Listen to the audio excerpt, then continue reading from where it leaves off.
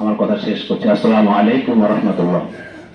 যে জায়গাটা আছি এই জায়গাটা সহ এবং আমাদের সামনে আরো বেশ কিছু জায়গা আছে, যে জায়গাগুলো আমাদের এখনো নিচু আছে, আরো কিছু কাজ আমাদের অতীব জরুরি দরকার। এই মাটির কাজটা হলেই কিন্তু আমরা এই কাজটা, আমাদের পাকাকরণের কাজটা শুরু করতে পারি। তো এই বিষয়ে আপনি গ্রামবাসী হিসেবে কি বলেন, কি চিন্তা করছেন? আমি কি চিন্তা করবো এখন, ধরো মিনিমাম 20,000 লোক আছে গ্রামে। জি 4 কিলোমিটার একটা গ্রাম, বিশাল একটা গ্রাম। এই গ্রামে রাস্তা নাই। আমাদের পূর্ব পাশে পড়দা লাইনের মধ্যে, জি ওইটাতে 1.5 কিলো লাইন টেন্ডার হাপা কাগজ চলতেছে। এই পাশে যে 1 কিলো, এই 1 কিলোর মধ্যে তিন ভাগের 1 ভাগ কাজ হয়েছে, আর 2 ভাগ বাকি আছে। বর্ষার পানি আসে, জি বৃষ্টির পানি প্লাস বর্ষার পানি দিয়ে না রাস্তা ভাঙিয়ে একবারে গহীন হয়ে গেছে।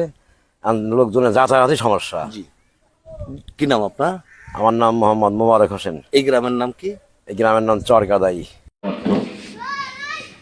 আমাদেরকে জানাবেন, এখন জানালেও জানাতে পারেন আমি টাকা পাই বা অর্থ পাই, আমরা পরিশোধ করব।